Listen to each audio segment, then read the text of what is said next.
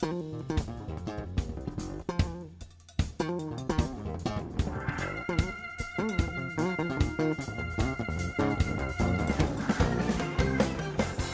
Alain, salut à tous et bienvenue dans votre émission d'information à caractère spirituel, l'émission Bonne Nouvelle. Nous sommes au beau milieu de cette quinzaine spéciale où un effort collectif est demandé pour que nous ne basculions pas dans un état d'urgence sanitaire. Nous remercions tous ceux qui ont joué le jeu, tous ceux qui ont été responsables en respectant les gestes barrières. Voici une situation qui illustre bien donc le dicton local, c'est grain diri qu'a fait sac diri. Ce n'est pas donc l'affaire d'une personne ou d'un groupe de personnes. Nous sommes tous responsables, nous sommes tous engagés. Cette Covid-19 rappelle à notre bon souvenir que chacun dépend de l'autre. C'est un groupe, c'est dans le mot ensemble que nous trouvons les ressources pour relever le défi. Le roi Salomon l'a si bien dit, il n'y a rien de nouveau sous le soleil. Ce qui a été est aujourd'hui et sera demain. C'est ainsi que nous trouvons dans la Bible un récit qui se rapproche sensiblement donc de ce que nous vivons en termes de défis collectifs.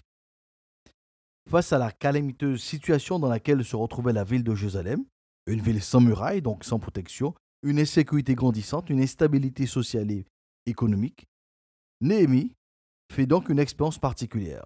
C'est grâce au principe de la mutualité et de la collaboration que Néhémie a pu encourager les uns et les autres à relever le défi collectif. Ainsi, nous lisons en Néhémie 2, versets 17 à 18. « Je leur dis alors, vous voyez le malheureux état où nous sommes. Jérusalem est détruite et les portes sont consumées par le feu. Venez, rebâtissons la muraille de Jérusalem et nous ne serons plus dans l'opprobre. Et je leur racontai comment la bonne main de mon Dieu avait été sur moi et quelles paroles le roi m'avait adressées. Ils dirent alors, levons-nous et bâtissons. Et ils se fortifièrent dans cette bonne résolution. Il y a des challenges, il y a des défis dans la vie que l'on ne peut relever seul. C'est le principe de l'union qui donne les ressources pour la victoire. Comme nous le disons si bien chez nous, l'union fait la force. Dans l'histoire de Néhémie, cela se traduit par des expressions comme « à côté d'eux, travailla » ou « après lui, travailla » dans le chapitre 3 donc de Néhémie. Ce travail d'équipe a permis l'exploit de reconstruire la muraille de Jérusalem en 52 jours. Ce qui a été possible pour les uns, cela est aussi possible pour les autres, donc pour nous aussi. Cette crise sanitaire bannit cette croyance populaire, chacun pour soi, Dieu pour l'accompagner. D'ailleurs, ce n'est pas un principe divin, ce n'est pas ce que Dieu veut pour les relations humaines. Si Dieu voulait l'individualisme, l'égoïsme, il n'aurait pas créé des êtres sociables, ayant besoin l'un de l'autre de manière vitale. Dieu n'aurait jamais déclaré en Genèse 2, verset 18, « Il n'est pas bon que l'homme soit seul, je lui ferai une aide semblable à lui. » Si le Christ se suffisait donc à lui-même, il n'aurait pas demandé le soutien de ses disciples dans les heures sombres qui précédaient son arrestation. Le Christ a eu besoin de son prochain pour l'aider dans la mission qu'il devait accomplir pour l'humanité. N'est-ce pas grâce à l'aide d'un certain Simon de Cyrène qu'il a pu avancer vers Golgotha? Madame, monsieur, aucun défi n'est relevé seul. Aucune réussite n'est personnelle. Il y a toujours la contribution des uns et des autres. Guadeloupe, c'est avec l'engagement de chacun de tes enfants, c'est avec la contribution des uns et des autres que tu peux éviter l'état d'urgence sanitaire. Je me protège, donc je protège les autres. Dans la Bible, nous retrouvons plusieurs champs d'application du principe les uns les autres. Cela va du pardon réciproque à l'importance de ne pas mentir les uns envers les autres, en passant par le fait de porter les fardeaux les uns des autres. L'expression « les uns les autres » véhicule plusieurs vérités. Nous pouvons en citer quelques-unes. Premièrement, il y a le principe de la diversité. Nous ne sommes pas faits en série. La diversité est manifeste dans nos opinions, dans nos visions. C'est pour cela qu'il y a d'un côté les uns et de l'autre côté les autres. La deuxième vérité, c'est le principe donc de l'unité. De manière explicite, une unité se dégage avec certaines personnes. Il y a une connexion, voire même une affinité avec les uns, d'où l'expression les uns, pour parler donc de cette unité. La troisième vérité, cela donc débouche donc sur le principe de la différence. Aussi vrai que je partage une plateforme commune avec les uns, aussi vrai que je dois intégrer que les autres ont une ou des différences avec moi ou avec les miens. Eux, ce sont donc les autres. Quatrièmement, il y a aussi donc le principe de l'union comme vérité. L'expression les uns les autres renferme aussi l'idée d'un objectif qui soit supérieur à l'objectif de chaque partie. C'est un intérêt général qui transcende la diversité, l'unité et la différence. Prenons donc l'exemple d'une réciprocité mentionnée par l'apôtre Paul en Romains chapitre 15, le verset 7. Il est dit: accueillez-vous donc les uns les autres comme Christ vous a accueillis pour la gloire de Dieu. Considérons donc les enseignements qui se dégagent de ce commandement. D'abord, ce commandement gravite autour du fait d'accueillir. Le dictionnaire nous dit que accueillir veut dire prendre avec soi. C'est accepter l'autre tel qu'il est et le prendre avec soi. L'apôtre Paul aborde cette réciprocité donc de l'accueil alors qu'il aborde donc des questions de divergence, d'appréciation différentes qui peuvent exister dans un même groupe. Il invite chacun à surmonter les différences en se faisant un accueil réciproque. En quoi donc consiste l'accueil? Comme l'indique donc la définition, l'accueil de l'autre passe par un cheminement commun tel que la personne est.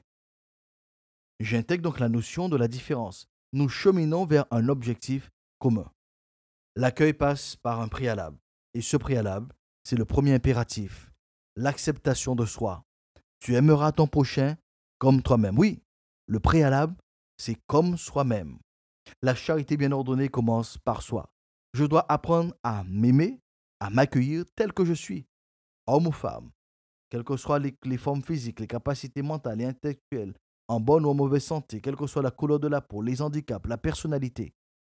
Il est important de pouvoir s'accepter soi, si l'on veut effectivement prendre avec soi l'autre, l'accueillir.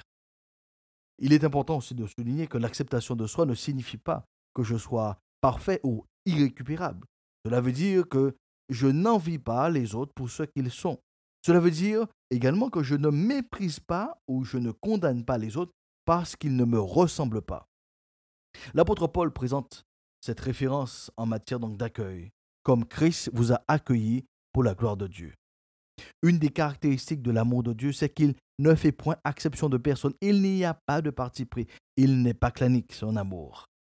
Dieu n'a pas de préjugés sur vous, madame, ni d'arrière-pensée sur vous, monsieur.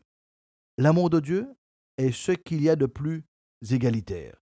Quand le Christ meurt sur la croix, c'est pour tous, sous toutes les latitudes, dans tous les siècles. La Bible nous enseigne ceci. Il nous a acceptés le premier. Il nous a accueillis le premier. Christ donc nous a acceptés, nous a accueillis pour la gloire de Dieu. Tout homme a besoin d'être aimé pour qui il est. Tout homme a besoin d'être bien accueilli, sans discrimination. Christ a été le premier à le faire en 1 Jean, le chapitre 4, le verset 19. Quand le Christ lance cet appel, « Venez à moi, vous tous qui êtes fatigués et chargés », c'est qu'il est là pour nous accueillir comme nous sommes.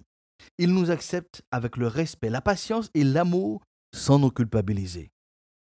Il faut aussi rappeler ce qui se passe aujourd'hui.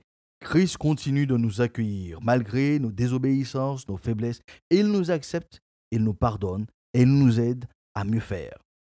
À l'exemple de Christ, nous devons adopter à l'égard des autres l'attitude que nous avons bénéficiée auprès donc du Christ. Accueillons, acceptons les autres tels qu'ils sont, prenons-les avec nous et ouvrons-leur donc notre cœur.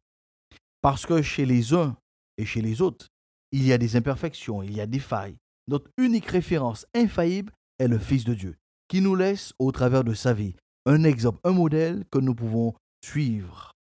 Le Christ nous est présenté comme étant donc le médiateur entre Dieu et les hommes. Il est celui qui, en sa personne, réconcilie l'homme avec son Dieu.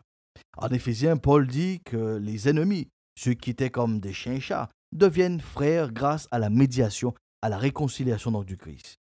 Il est celui qui rend possible la vérité, le principe des uns des autres. Grâce aux valeurs du Christ, la Guadeloupe peut sortir de cet engrenage. C'est la bonne nouvelle que nous vous annonçons aujourd'hui. Devant les difficultés relationnelles, face aux problèmes de collaboration, de travail d'équipe et en équipe, le Christ a toutes les ressources pour faire des deux un seul, les uns et les autres, dans la même union. Alors qu'il nous reste encore 8 jours d'efforts, que chacun continue à s'appliquer et à faire appliquer les gestes barrières pour une victoire commune.